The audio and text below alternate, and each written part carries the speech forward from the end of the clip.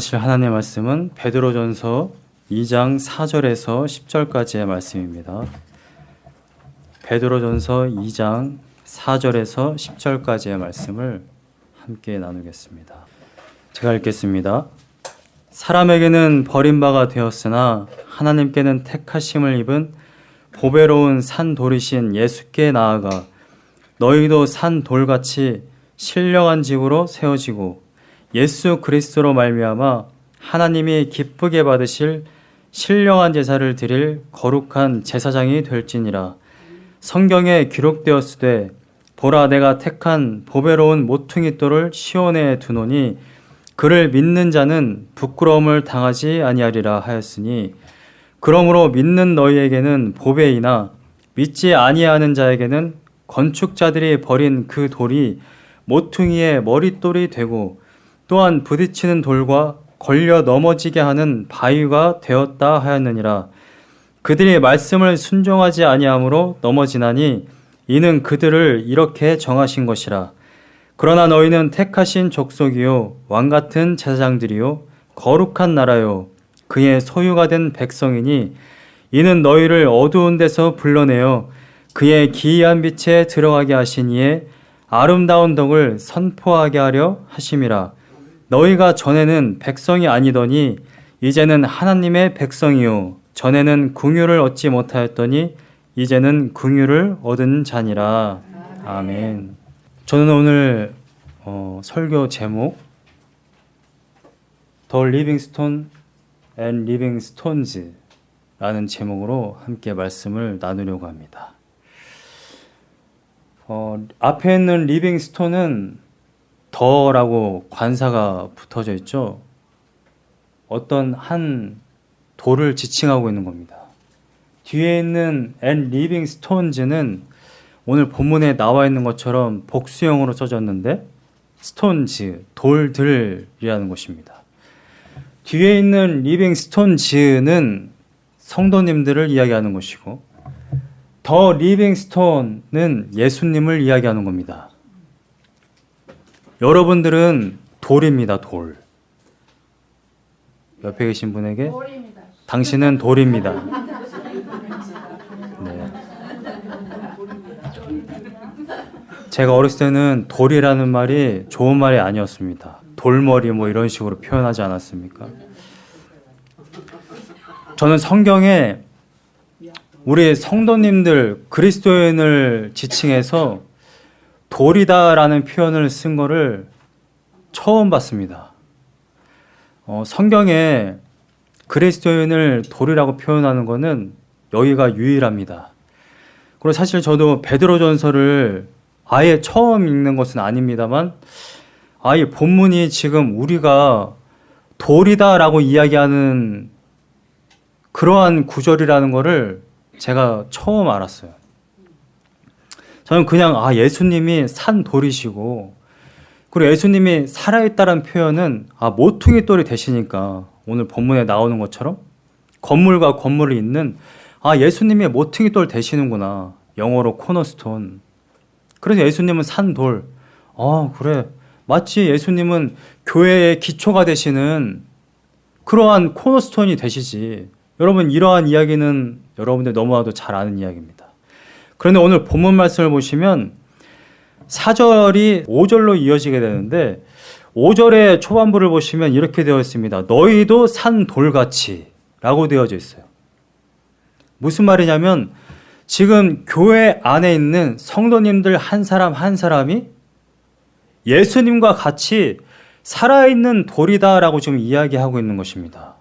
오늘 본문 말씀은 성도들의 정체성을 나타내고 있습니다. 사도 베드로가 회람 편지를 보내면서 그리스도인들인 너희들은 살아있는 돌이다 라고 지금 이야기하고 있는 것입니다. 그럼 살아있는 돌, 그게 바로 예수님과 같은 예수님을 비유로 들어서 너희들이 그와 같은 산돌이다 라고 지금 이야기하고 있는데 5절에서 말하고 있는 너희가 바로 산돌이다 라고 지금 이야기할 때에 왜 예수님을 비유하느냐? 그것이 바로 4절 초반에 보시면 사람에게는 버림바가 되었다. 자, 소아시아 교회에게 사도 베드로가 이 이야기를 왜 하냐면 복음을 듣고 구원을 받아서 이제 순전한 젖을 사모하는, 오직 하나님의 말씀에만 순종하는 그러한 신실한 성도로 살아가길 원하는데, 그렇게 살려고 하다 보니까 주변에서 가만두질 않는 거죠. 계속해서 핍박과 배척이 일어나게 되는 것입니다. 사도 베드로가 이렇게 이야기한 바도 있습니다. 앞에 1장 18절 말씀을 보면 너희가 알거니와 너희 조상이 물려준 헛된 행실에서, 자, 소아시아 교회에 있는 사람들은 이방인입니다. 우리는 조선시대를 살고 있었고 그 다음에 유교적인 관습과 또한 불교도 성행했던 그러한 문화 속에서 지금 살고 있었습니다. 그러던 가운데 많은 선교사님들이 오셔서 복음을 전했죠. 그래서 그 복음으로 말미암아 사람들이 예수님을 믿게 되었습니다. 그런데 예수님을 믿은 그 조선의 성도님들이, 우리 믿음의 선배님들이 기존의 관습과 습관을 완전히 다 버리고 예수님만 따르겠다라고 결정을 했을 때 어떠한 일이 발생했냐면 목숨을 버려야 하는 일들이 발생했습니다. 그 믿음을 지킨다는 것이 얼마나 어려운 것이라는 것을 우리가 역사를 통해 너무나도 잘 알고 있습니다. 오늘날 우리 그리스도인들도 성경대로 하나님의 말씀대로 살고자 하는 것과 그 다음에 기존의 세상에 나가면 그 세상의 문화, 세상의 가치관 사이에서 우리는 끊임없이 싸움을 하게 됩니다. 여러분들이 어떠한 싸움을 하고 있는지 잘 모르겠습니다만 현대의 가장 큰 이슈는 아무래도 동성애일 것입니다. 동성애를 지지하냐 지지하지 않느냐 말 한마디 가지고 피해를 입을 수도 있어요. 실제로 어떤 음식점은 동성애자들이 결혼을 하겠다고 케이크를 만들어 달라고 했는데 케이크를 안 만들어 주겠다 하여서 소송에 걸리고 결국 그 음식점이 망하게 되는 그러한 일도 있었습니다. 몇 주 전에 청년부 나눔을 하는데 우리 청년부가 숫자가 많지 않습니까? 그 중에 한 자매가 이러한 이야기를 했어요. 제가 허락을 받고 이야기하는 것이니까. 그 주간이 우리 다운타운에서 동성애자들 그 페스티벌이 있었던 주간이었습니다. 그러니까 한 직원이 우리 자매에게 물어봤대요. 너는 동성애자들을 서포트하느냐?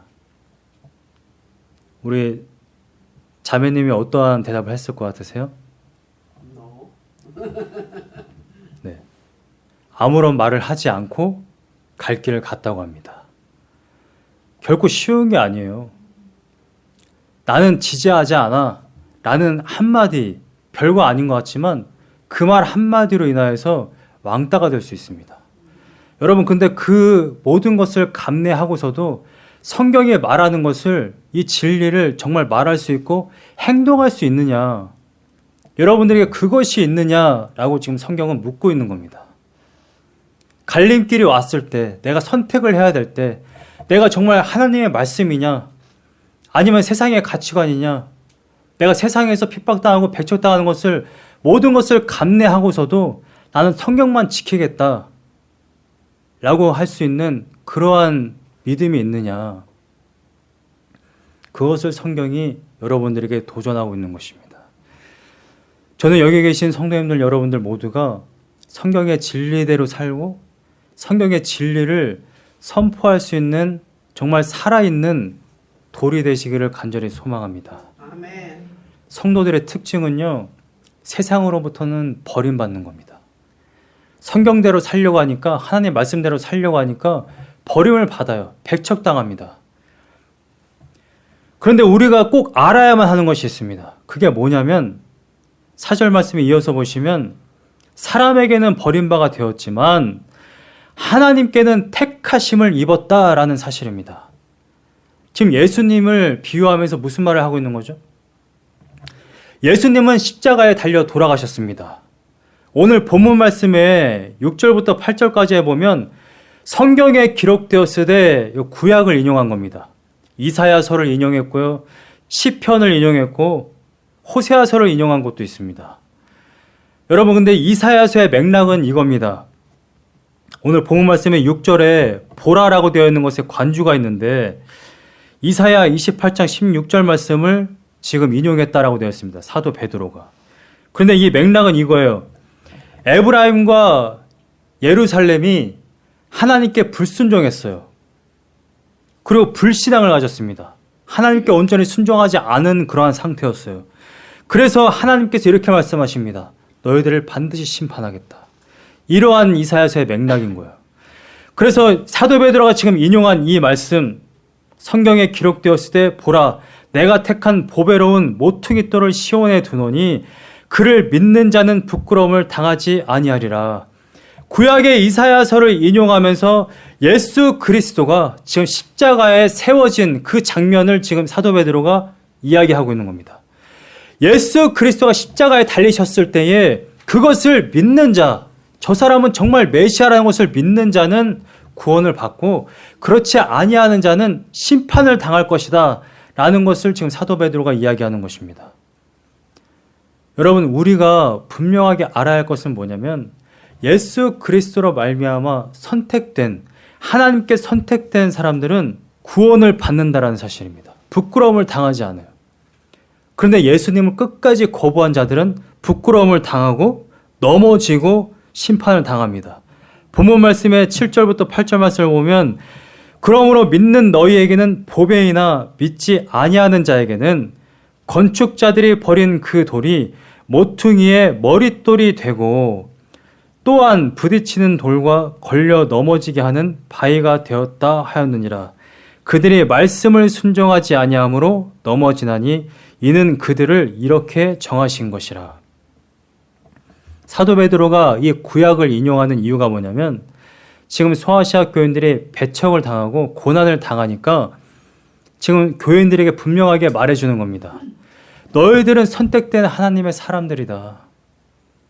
그렇기 때문에 너희들에게 이 고난을 주는 이 자들은 나중에 하나님께서 심판하실 것이다. 반드시 너희들을 대신해서 보복하실 것이다. 이미 그렇게 정해졌다. 예수님께 순종하지 아니하는 자들, 예수님의 말씀을 따르지 아니하는 자들은 심판이 정해졌다. 이것을 분명하게 알아야 된다. 그리고 너희들은 선택을 받았다.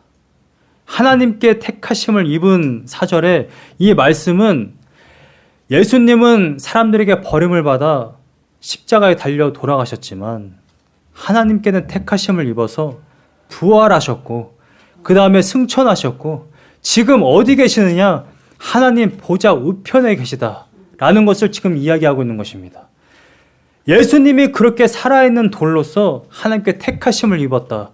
사람으로부터는 버림을 받았지만 하나님께는 택하심을 입었다라는 이야기를 왜 동일하게 성도에게 주느냐면 성도들도 마찬가지라는 것입니다. 세상으로부터는 버림을 당하지만 배척을 당하지만 너희들은 영원한 생명을 얻게 된다. 이것을 너희들이 알아야 한다라는 것이죠.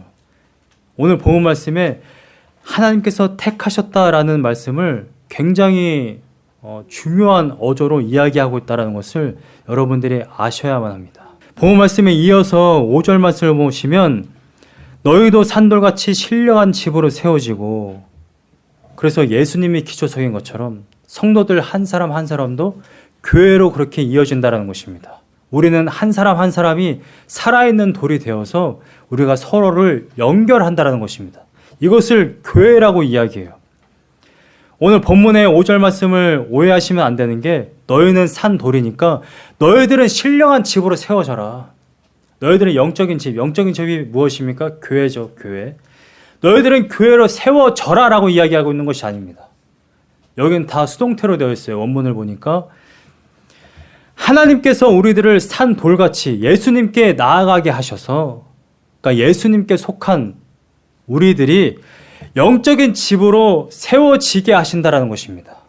여러분들이 본문을 그냥 읽으시면 내가 신령한 집으로 세워져야 되고 내가 신령한 제사를 드릴 거룩한 제사장이 되라고 이야기하는구나 라고 받아들이실 수 있기 때문에 원문을 그대로 제가 해석을 하려고 하는 겁니다. 하나님께서 여러분들을 택하셨고요. 여러분들을 예수님께 가게 하셨고 여러분들을 교회로 세우신다라는 것입니다. 그래서 여러분들을 하나님의 기쁘시게 받으실 신령한 제사를 드릴 영적인 제사, 요한복음 4장 23절에서 24절까지 나온 영적인 제사. 영적인 제사가 뭡니까? 요한복음 4장의 맥락은 이거잖아요. 우물가의 여인에게 물을 주면서 지금 이제는 영적으로 예배할 때가 왔다. 그것이 바로 이때다라고 지금 이야기합니다. 예수 그리스도가 왔다. 이때다. 영적인 예배가 뭐냐면 그리심산도 말고 이 예루살렘 성도 말고 사마리아 사람들은 자기들이 예배하는 곳 그리심산에 가서 제사를 드려야 예배라고 생각을 했어요. 유대인들은 예루살렘 성에서 예배를 드려야 그게 예배라고 생각했어요. 예수님이 지적한 건 뭐냐면 너희들은 다 거짓으로 예배를 드리고 있어. 너희들이 형식적으로 동물 가지고 가서 그리심산에 가서 예배 드리고 예루살렘 성에 가서 예배 드리는 거는 아무 의미가 없어. 너희들은 지금 다 가짜 예배 드리고 있는 거야. 너희들에게 진짜 중요한 거는 영적인 예배야, 영적인 예배. 진실한 예배. 너희들에게 성령이 임하면 그 성령으로 말미암아 진실한 예배를 드릴 수 있어. 진짜 예배는 바로 그 영적인 예배야. 진실한 예배야. 지금 그 이야기입니다. 우리들은 하나님께 택하심을 입어서 교회로 세워집니다. 그리고 그 세워진 이유는 예수 그리스도로 말미암아 하나님께서 기쁘게 받으실 진실한 예배를 드릴 거룩한 제사장이 되게 하기 위함인 거예요. 여러분, 요점은 거룩한 제사장입니다. 하나님께서 여러분들은 거룩한 제사장으로 택하셨다라는 것이 오늘 본문의 초점이에요. 하나님 여러분들을 뭘로 택하셨다고요? 거룩한 제사장으로 택하셨다라는 것입니다. 이 제사장들의 특성은 뭐냐? 그 특성이 이거예요. 하나님께서 기쁘게 받으실 신령한 제사를 드릴. 번역을 이렇게 해놓으니까 굉장히 힘든데 하나님이 기쁘게 받으실 진실한 예배. 우리가 거룩한 제사장으로 택함을 받았는데 우리가 왜 거룩한 제사장으로 택함을 받았느냐? 하나님이 기쁘게 받으실 신령한, 하나님께서 기쁘게 받으실 진실한 예배를 드리기 위해서 거룩한 제사장으로 택함을 받았다라는 것입니다. 여러분, 우리가 오해하는 게 뭐냐면 어느 날 환상을 보든 기도를 하는 중이든 말씀을 통해서든 우리가 기도원을 갔든 교회든 내가 혼자 말씀을 보든 사도 바울처럼 길을 걸어가면서 예수님을 만났든지 간에 내가 예수님을 만나 내가 이제 더 이상 지옥으로 끌려가지 않고 천국으로 가게 되면 그게 끝인 줄 아는 사람들이 너무나도 많다라는 것입니다. 이건 기독교 신앙이 아니라는 거예요. 그거는 기독교 신앙의 출발점입니다. 출발점. 본문 말씀에 신령한 제사를 드릴 거룩한 제사장으로 택하였다라는 이 표현은 무슨 말이냐면 출애굽기 19장 5절에서 6절 말씀을 지금 인용한 겁니다. 출애굽기 19장은 어떠한 이야기냐면 여러분들 함께 찾아보기 원하는데 출애굽기 19장은 이스라엘 백성들이 출애굽을 해서 시내산에 도착을 해서 이제 시내산에서 하나님과 언약을 맺는 장면입니다. 그 언약을 맺는 장면에서 하나님께서 이스라엘 백성들에게 이렇게 이야기합니다. 19장 5절에 세계가 다 나에게 속하였나니 여러분 분명하게 아셔야 돼요. 하나님은 온 우주 만물의 주인이 되십니다. 여러분 이거 너무 잘 알고 계시죠? 온 세계의 주인이라는 이야기예요. 온 세계가 다 하나님 겁니다. 동물, 식물, 모든 사람들 다 하나님 거예요. 그런데 너희가 내 말을 잘 듣고 내 언약을 지키면 너희는 모든 민족 중에서 내 소유가 되겠고 여러분 모든 세계가 하나님 건데 특별히 너희들이 내 말을 이제 언약을 지켜 행하면 너희들은 특별히 내 것이 된다. 6절 말씀에 너희가 내게 대하여 제사장 나라가 되며 거룩한 백성이 되리라. 너는 이 말을 이스라엘 자손에게 전할지니라 라고 이야기합니다. 여러분 오늘 본문에서 사도 베드로가 너희들을 거룩한 제사장으로 삼았다라는 이야기의 맥락은 뭐냐면 우리는 세상 가운데 하나님을 나타내는 자, 하나님을 예배함으로 말미암아 하나님을 나타내는 자로 부름을 받았다라는 것입니다. 교회가 뭐냐? 하나님을 나타내는 공동체인 거예요. 여러분, 세상 사람들이 어떻게 하나님이 계시다는 것을 아는지 아십니까?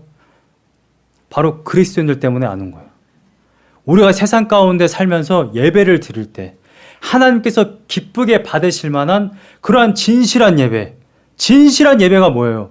그리심산이나 예루살렘 성에 제사물 가지고 가서 제사를 드리는 게 아니라 정말 우리가 삶 속에서 하나님께서 기쁘게 받으실 만한 그러한 삶을 살아갈 때, 하나님께 영광 돌리는 삶을 살 때 매 순간마다 하나님을 인정하고 하나님을 고백하고 하나님을 선포하며 살 때 그걸 진실한 예배라고 이야기합니다.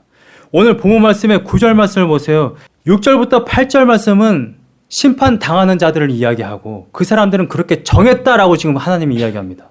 그런데 9절 말씀에 그러나 너희는 택하신 족속이요 왕같은 제사장들이요 거룩한 나라요 그의 소유가 된 백성.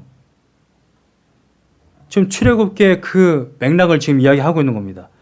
이는 왜냐하면 너희를 어두운 데서 불러내어 그의 기이한 빛에 들어가게 하시니에 아름다운 덕을 선포하게 하려 하심이라. 여러분들을 하나님께서 선택하셨다라는 것이 무슨 말이라고 했어요?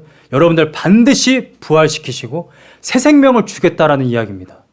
근데 그 새 생명을 주신 이유가 세상 가운데 여러분들을 거룩한 제사장으로 삼아 하나님께서 하신 일들을 선포하게 하려 하심이라는 것입니다.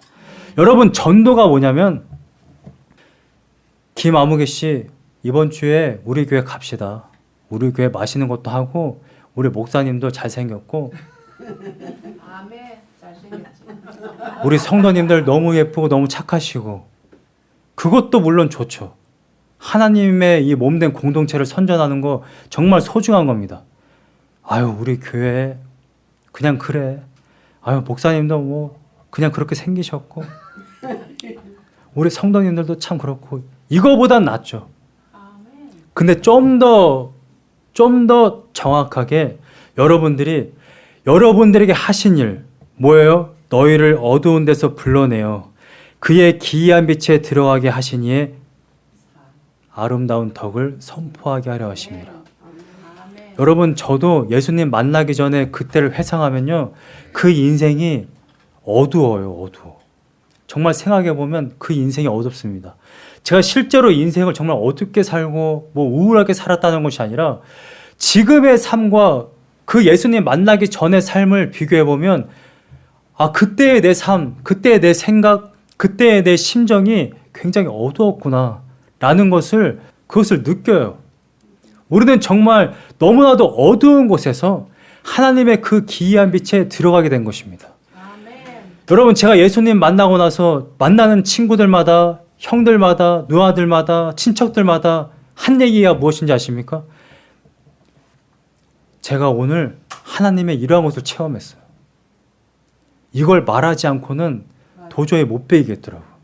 만나는 친구들마다, 술자리에서도 저는 술을 못 마시지만 만나는 자리가 그런 자리니까 만나서 그 술자리 시끄럽고 막 술병이 있는 데서 이 이야기를 2-3시간을 하는 거예요.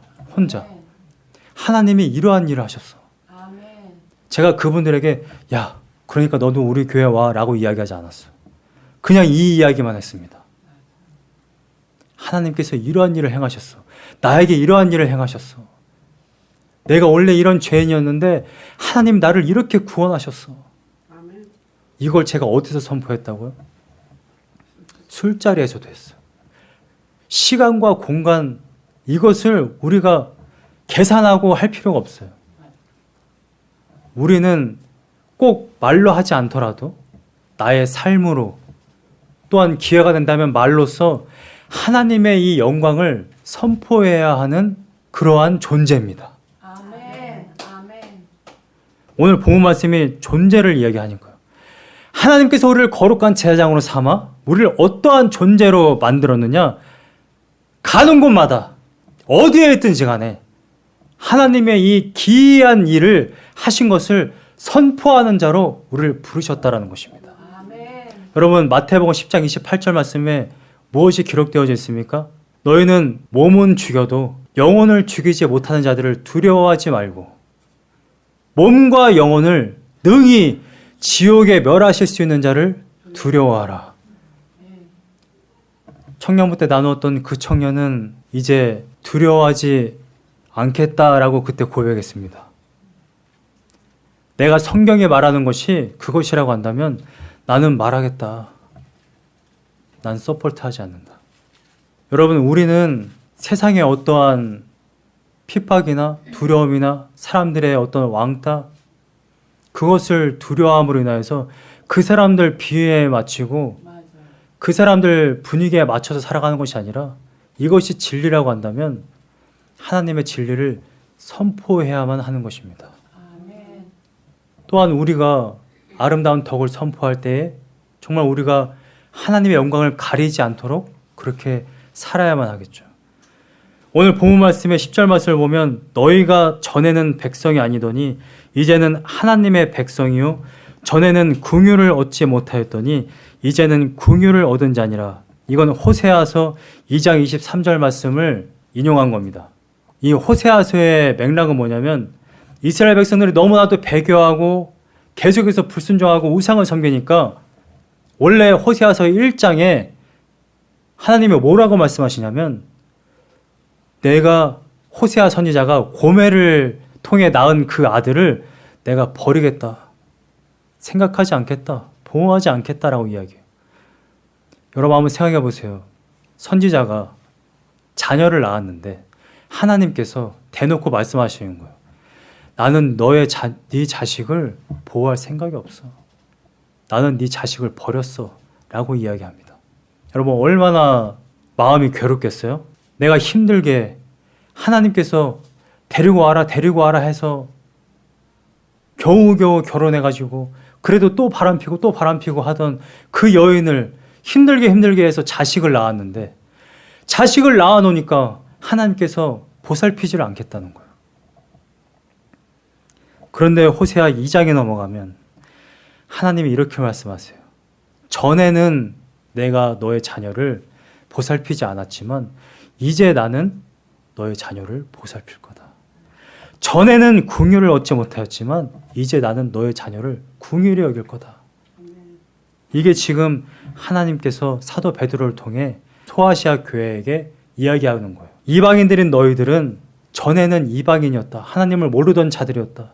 조상의 행실들을 따랐고 하나님으로부터 버려져서 지옥에 갈 수밖에 없는 백성이었다. 그런데 이제는 내가 너희들을 택하였고 단순히 새 생명을 준 것뿐만 아니라 예배를 드릴 거룩한 백성으로 삼았다. 이스라엘 백성들이 출애굽을 할 때 바로에게 분명하게 하나님이 이렇게 말씀하세요. 이 백성들을 보내라. 이 백성들이 광야에 나가서 나를 섬길 것이다. 출애굽기 10장, 출애굽기 9장, 출애굽기 7장, 5장 1절 말씀에 계속해서 말씀하세요. 이 백성들을 보내라.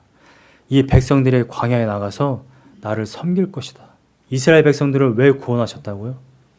예배하기 위해서. 하나님의 아름다운 덕을 선포하기 위해서. 여러분 한 사람 한 사람을 구원시키셔서 교회로 세우신 이유가 뭐냐? 여러분들을 하나님의 영광을 나타내는 거룩한 제사장으로 삼기 위해서인 것입니다. 여러분들이 분명하게 아셔야 할 게 있어요. 내가 바로 거룩한 제사장이라는 것입니다. 여러분들이 바로 거룩한 제사장이라는 거예요. 여러분 내가 누군지 모르면 내가 무엇을 해야 할지 몰라요.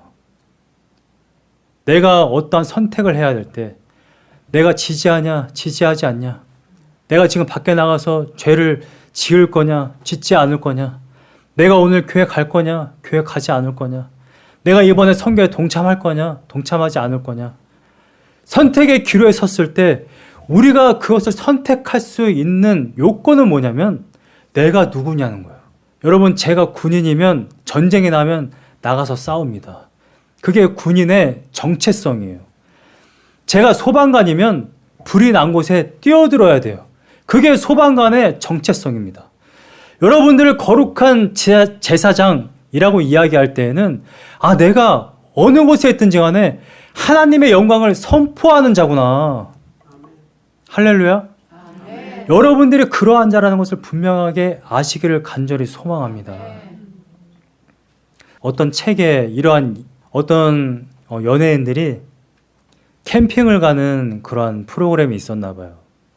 근데 그 캠핑을 가는 프로그램에 예전에 굉장히 인기가 많았던 핑클이라는 그 그룹이 같이 은퇴하고 나서 10여 년이 지난 후에 이 멤버들이 모여서 같이 캠핑을 가는 그런 프로그램을 봤다고 합니다. 근데 이제 오랜만에 이 멤버들이 모였으니까 얼마나 기쁘고 좋겠어요.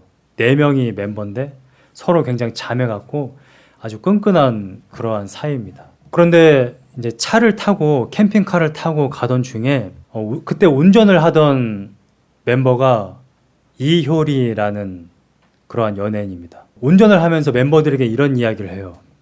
아까 우리 자전거 타고 되게 힘들고 되게 더웠잖아. 자전거 타고 나서 너희들이 다 그늘에 가서 쉴 수 있도록 나는 햇빛에 머물러 있었어. 이러한 이야기를 합니다. 그러한 이야기를 하면서 자기를 알아달라고 이야기한 게 아니라 이런 이야기를 해요, 이효리가. 내가 햇빛에 있으면서 내가 스스로 너무 기특했어. 라는 이야기를 합니다. 그러면서 이어서 한 이야기가 이거예요. 내가 내 스스로를 기특하게 여기는 일들이 쌓여갈수록 그게 내 자존감이 되는 것 같아. 라는 이야기를 합니다. 그러면서 이 일화를 소개한 작가가 이런 이야기를 해요. 자존심과 자존감의 차이는 무엇일까? 자존심은 주체가 외부에 있다는 것입니다. 누군가가 나를 칭찬하면 좋고 누군가가 나를 비난하면 자존심이 상하는 거. 그게 자존심이에요. 근데 자존감은 누가 뭐라 하든지 간에 나의 정체성이 뚜렷하기 때문에 내 안에 주체가 있다는 것입니다. 누가 뭐라고 하든지 간에 나에게 자존감이 있으면 다른 것에 흔들리지 않는다는 것입니다. 여러분, 정말 그리스도인들이 내가 신앙생활을 올고자 하려면 자존감이 필요해요. 저는 오늘 본문 말씀이 사도 베드로가 그 이야기를 하고 있다고 생각합니다. 자존감을 좀 가져. 너희들은 거룩한 제사장이야. 세상에 많은 민족들이 있지만 너희들은 왕 같은 제사장이야. 다스리는 자야. 선포하는 자야. 너희들은 거룩한 나라야. 저는 여러분들이 이 사실을 알기를 간절히 소망합니다. 아멘. 나는 거룩한 제사장이다. 아멘. 내가 누군지를 확실하게 알면 어디에 있든지, 내가 가정에 있든지, 내가 운전을 할 때든지, 내가 교회에 있을 때든지, 다른 사람을 만날 때든지, TV를 볼 때든지 하나님께 영광 돌리는 말과 행동을 할 거예요.